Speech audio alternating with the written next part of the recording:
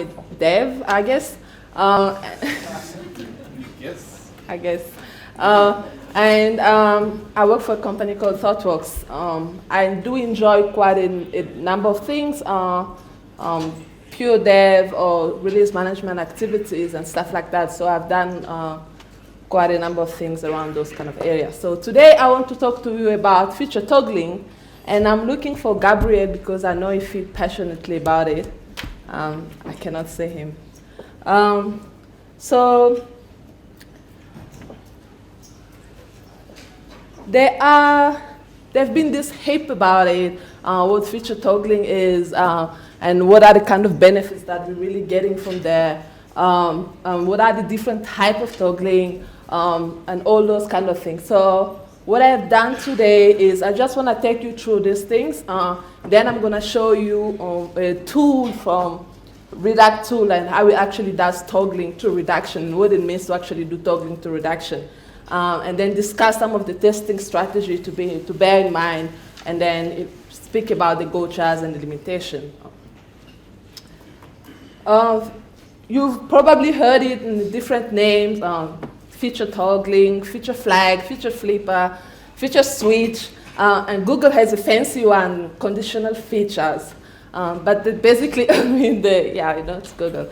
Basically mean the same thing. At the end of it, it's about how can I have some sort of behavior that I'm going to toggle on and off depending on my circumstances. Those circumstances could be different, and that will motivate the kind of toggle that you put around. But at the end of it is, I don't want to change the actual code. I just want to be able to change the decision that can be made when the app is running.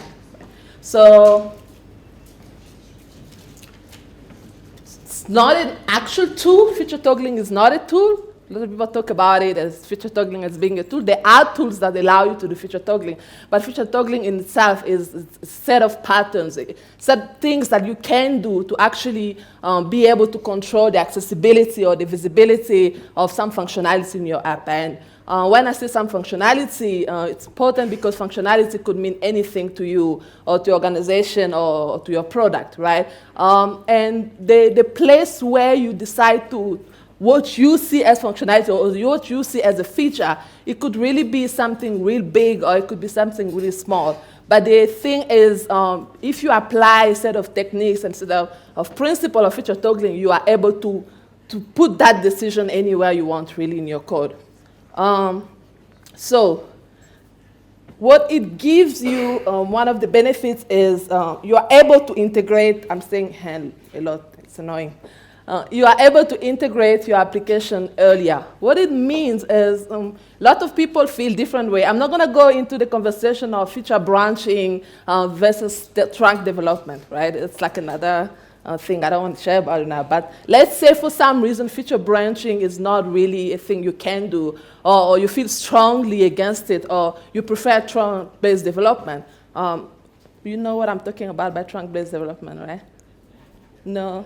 Okay. So the idea is we're all developing on the same branch. We can call it trunk or the main branch, but we all do on the same branch. So you push the code and then it gets integrated on the main and all the way through the time when we're ready to cut the production package. So we're not doing long-lived feature branches, and we, for some reason, whether we feel strongly against it or we cannot do it. What feature toggling allows you to do is, I might be working on something, it's not going to go live for the next, 3 months. Or if you work in a place where you can only do, God forbid, deployments twice a year or something like that. So that feature could take a long time, or depending on how your organization actually define what the feature is, it could be something really big, like we're implementing some new security things that we need because the company is going through some whatever auditing, so we need to be able to do it. So it's going to be a lot of things to happen so that that thing is available. So it could take a while before it's ready. But if you have to be in a different branch, what it means is by the time you would have come into the main line, if you don't integrate often, you could have a lot of problems. Anyone has been into merging hell, I like to call it. It's not always the pleasant thing to do. So What feature toggling can allow you to do is literally hide the visibility and accessibility of the thing you're working on because they're not ready yet. And by the time when production happens, it's like, sure, I had already my stuff there. So you're basically putting code that's not ready into the mainline. And because you're doing that, it means you can integrate more frequently. You don't have to sit on with a branch and then integrate after 2 weeks because you're done working on this new functionality that are going to change the way the customer interacts with your app. Right? So you get to integrate more frequently. You get to see the impacts of your changes more frequently, and you don't have to wait until the very time.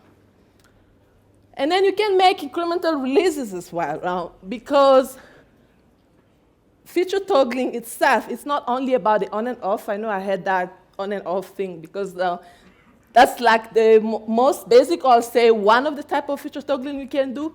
But some of the decision can be around, I want to try this for only a number of users. Or I want to try this only, let's say, from 2 a.m. to 3, 5, 4 a.m. because there is something that's happening on the system. We want to know what's the impact on performance, right? So by feature toggling, as you making your changes, you can do incremental releases quite nicely. And another thing you can do, canary launches, I guess that's what people call it, where I have this new cool feature. I think it's cool. You know, business always think everything is cool. Not cool. Everything will bring money. So I have this feature, and I want to know whether the customer will like it. But I don't want to do it during very peak hours. Maybe I want to do it later on. So you can do that, or you can say, I want to only deploy it, let's say, to the 101st customer that will log in during a certain time of the day. You get to do things like that. So you're basically taking your real users, the real customers, the people who will be using the application, and using them to collect metrics, and then based on those metrics, making this business decision. And that's a really powerful thing to be able to do when you think about it.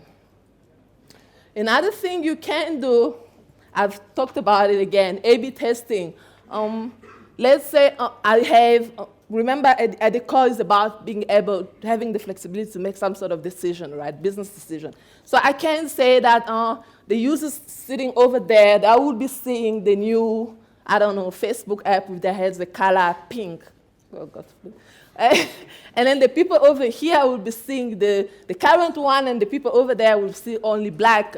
And then we'll see how they kind of feel about it. Or I have this new feature, but I don't know if the customer really need it. So I'm going to put this to a certain number of customers and see if they is changing their behavior. So you have different settings for different customers, A/B testing. Or you could also have something where you have an application, but you don't want to put it outside there for the real customer straight away. But you want the people in your organization to be able to use it, let's say for a month. Right? And then if they're happy with it, and collect feedback from there, and then use them as the beta kind of user and put it to the people outside. So I've kind of talked about, that green came out real wrong. I should. So I've talked about the categories really already. I just want to summarize it quickly because I really like this diagram that I stole from Martin Fowler's page, but it's not the one who wrote the post.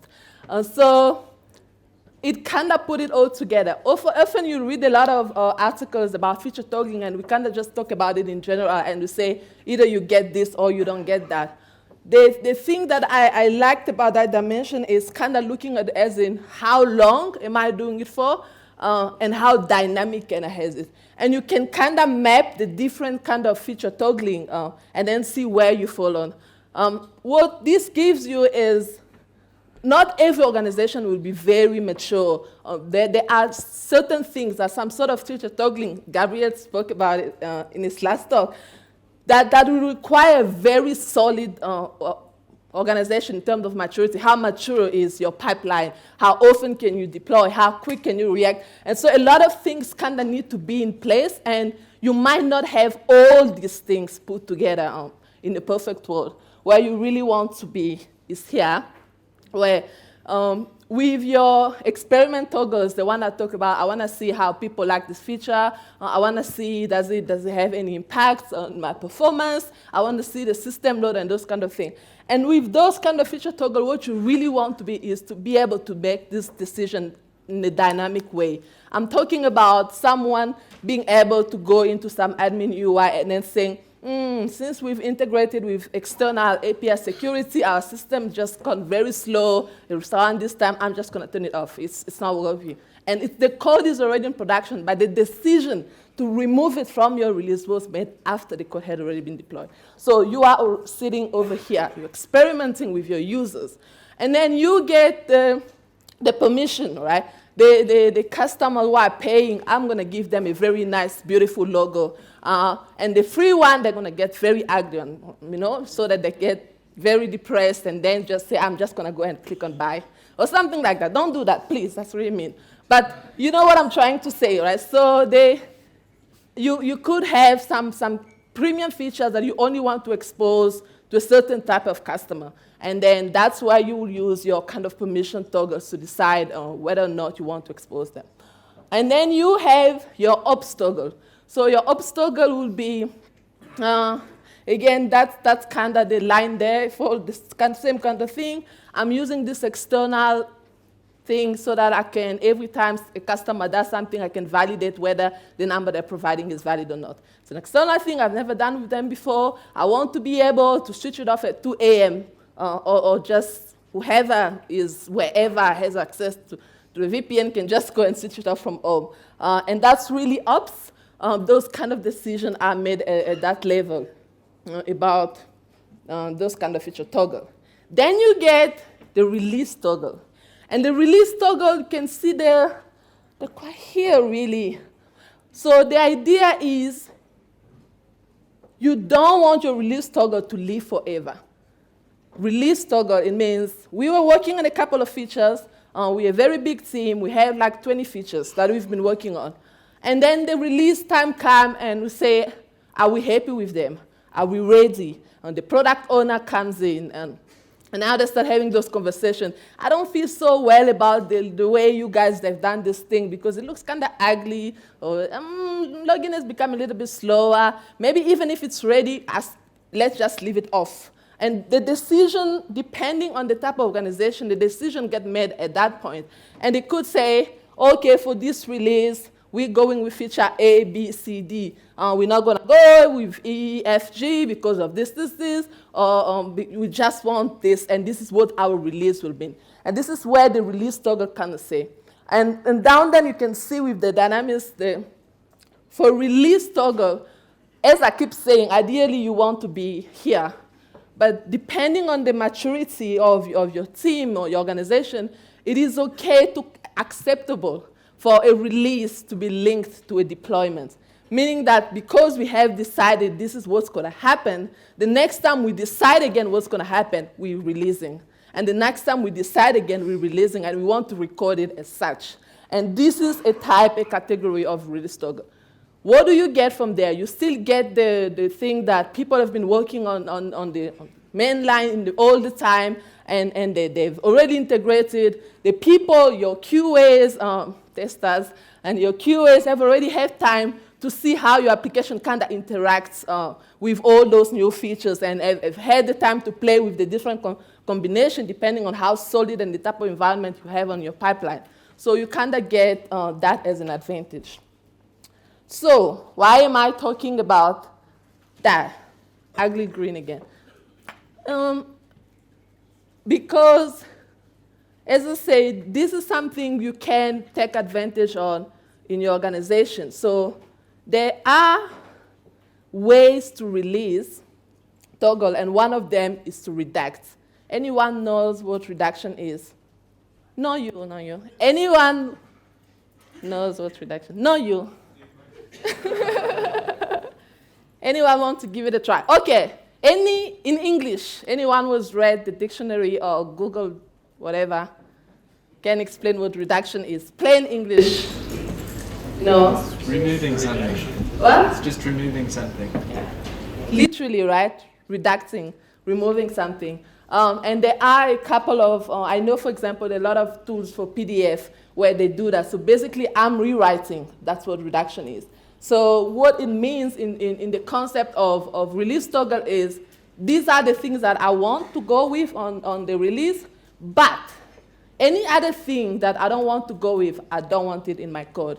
And when I'm talking about redaction in this thing, I'm emphasizing on client side, right? I'm not talking about your Java app on the back end. I'm talking about, and we've talked about a lot today about how important it is for your browser to load fast and all those kind of things. And redaction really is, if this code is not ready, why it should be in my code base, right? So let's only give to the customer, the clients, what they only need. So you don't want to have a lot of JS code that will only be released, let's say, in 6-month code. So the whole idea of redaction is the same way people go and they do their minifying and uglifying and all those kind of things, because you really just trying to optimize the bandwidth, especially if you live in South Africa. Someone made a joke, Patrick made a joke about how slow the internet is, but I have the opposite one, which was, I was in the US and I opened my browser, and before I even blinked, the page was there, and I almost had a heart attack. I was like, what is happening? Something is wrong.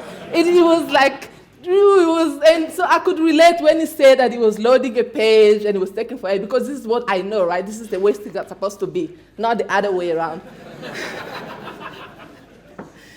So there is a tool, a NPM to call node to call Redact, and what it does is that because you've made the decision that you don't want this code at runtime, so then let's redact it. Let's cut it before it goes run. So it's a pre-runtime packaging. So for JavaScript, again, client app. So demo time. So I can get away from this. Because I am a lazy person, I don't want to deal with the backend because that's not the app. I just use this tool, JSonServer. What it allows you to do is to run like a fake API server when you can have resources. So I just have books resources. You can put, post, and those kind of things. And it's running already. And on the UI, I have a reading list. All it really is a normal CRUD, add, remove, update, whatever. So we are at step number 1. Step number 1 is the word. Can you guys see? Should I make it bigger? I am using Grunt. Grunt is really just a task runner that you don't have to use Redact with Grunt, and I'm going to show you. But someone went ahead, I guess they were lazier than me, and they created tasks around Redact, so you can just use Grunt Redact, which use Redact behind the scene. So it's a really simple app, nothing hectic. I have a couple of tasks. I do one thing here that I will explain later what I'm doing that. I have exported, I can clean, I can compile, I can serve, I can test. That's basic. And my application, nothing hectic. And there is no Redact at this point. We are in the world of before.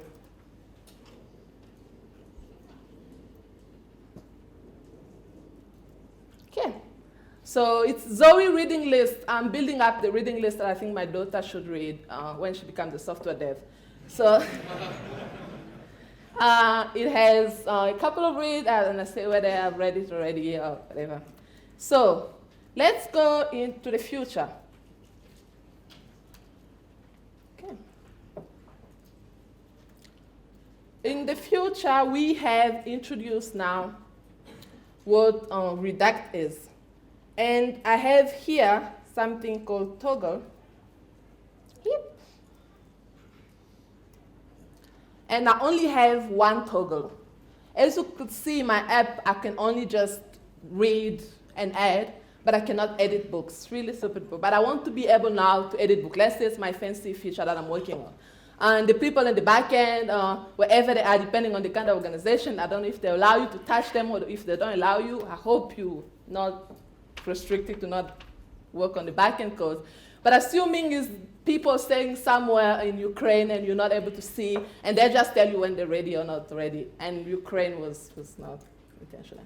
So when I do then add that, what I can do when I do a grant redact, you'll see I have here in my main.html, I have something, I have a button, view, reading, and I've added an edit button. But I've done one thing here. I've linked it to the feature. And I'm saying that this button can only be used when the feature is on. And because my feature is on, so when I go to my targets, one thing that, because I said redact is actually rewriting, right? Because it's rewriting, you don't want to redact your source code. Don't do that. You want to copy your source code into an alternate destination and then redact it. So when I go to my target now, and I look at my main, here, you'll see that I have my button. And what he has done is completely remove the feature thing. It's just a normal button. When I look here, I have that a feature edit book, but when it's redacted, it just renders it. So it's almost as if the toggle never existed. So if I go and let's say I want to turn the toggle off, and then go redact again, and come back to my main. Actually, let me do this. Okay. My computer IntelliJ takes forever to run, compile. There you go. Okay. So if I come back here,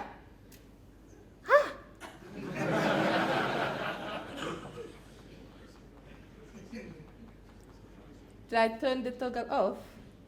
Oh no. Okay.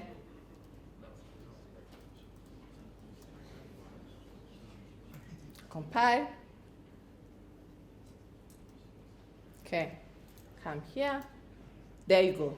So you can see that it's almost, oh no. It's almost as if that element never existed, right? So what that gives you is the ability to do things like adding more toggles.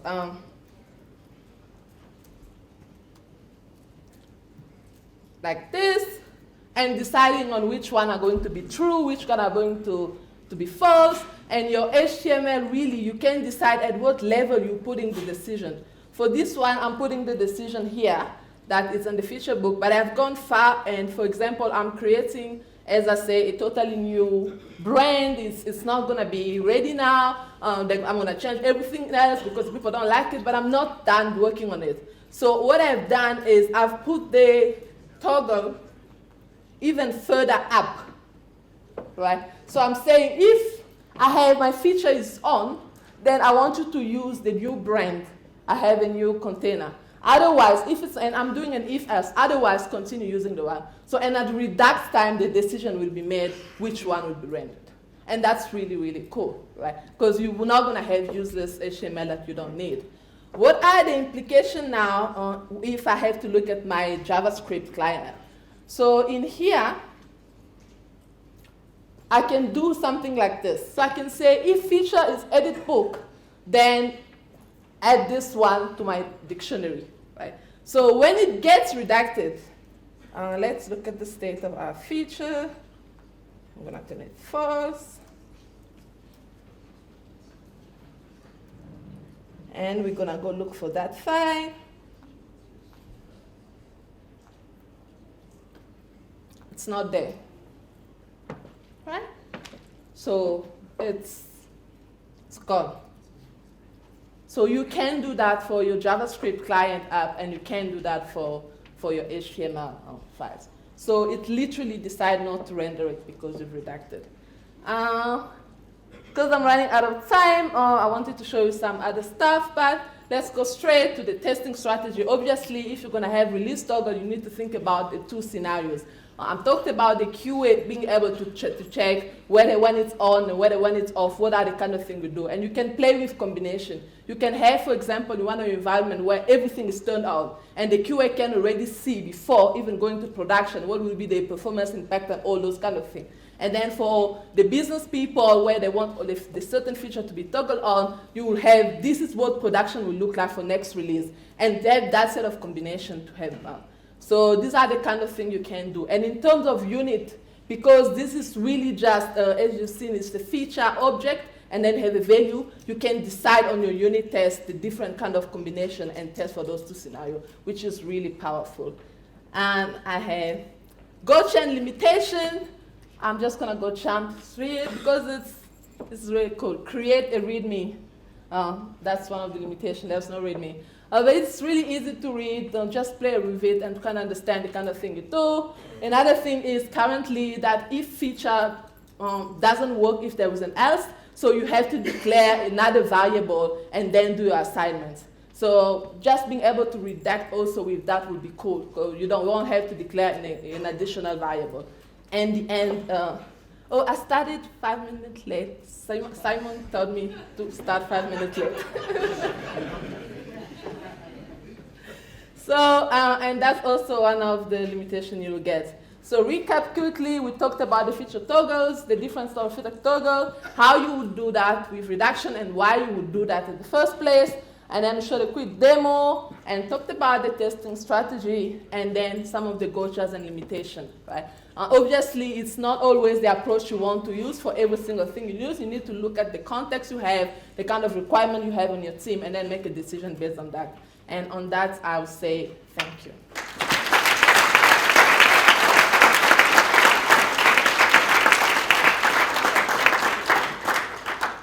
Yes. Hi. Would you still be constrained by needing to deploy every single time you change those toggles?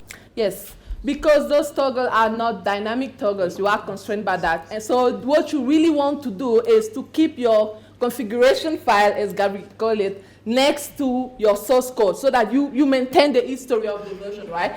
But that time when you're cutting the package, you will know this is what the state was like. You really want to keep it as close as possible to your source code. So I would say put it together and track it together.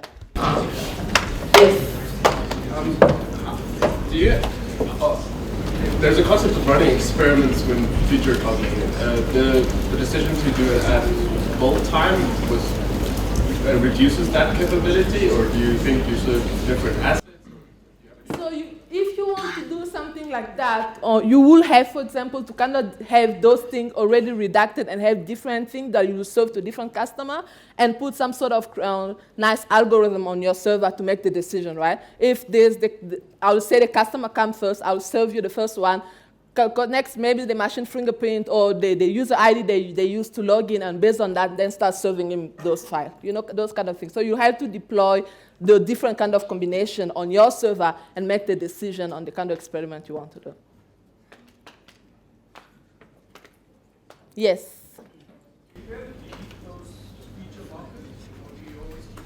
Oh, no, don't keep them forever. Then the idea of a release toggle is at one point the organization has to say, we are happy with this, the feature has been working fine for the past 1 month or for the past two releases, go and remove your feature toggle. And that's something really important because when people hear about feature toggle and then they say, feature toggle everything, and then you have 100 toggles, that's nasty, that's really nasty. So have a discipline in your team, say, agree after 2 releases we have to go all in. Or when business tell us they're happy, usually you want business to tell you you're happy. We've been happy with this thing, I think it's time that you remove the old code. Go and it's an exercise. Someone has to go and remove all those tests as well, right? And make sure the build stays green. So, yeah.